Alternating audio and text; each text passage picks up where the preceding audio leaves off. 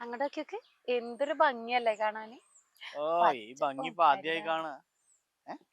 പച്ചപ്പ ഒജി പച്ചപ്പ ആദ്യമായി കാണാവൂല്ലേ? ഒട്ടും റൊമാൻറ്റിക് അല്ല.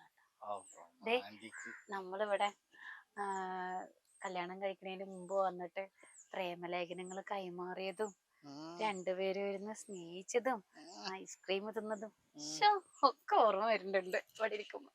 ഞാൻ അതൊന്നും ഇപ്പൊ ഓർക്കാൻ തന്നെ ആഗ്രഹിക്കണില്ല.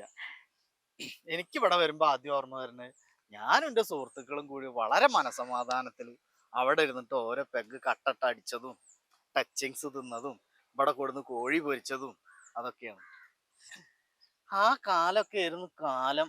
അപ്പൊ നിങ്ങക്ക് ഇപ്പത്തെ കാലൊന്നും കാലല്ല. അപ്പൊ മനസമാധാനം പോയില്ലേ അന്നെന്റെ തലയിൽ വെച്ചതിന്റെ ശേഷം?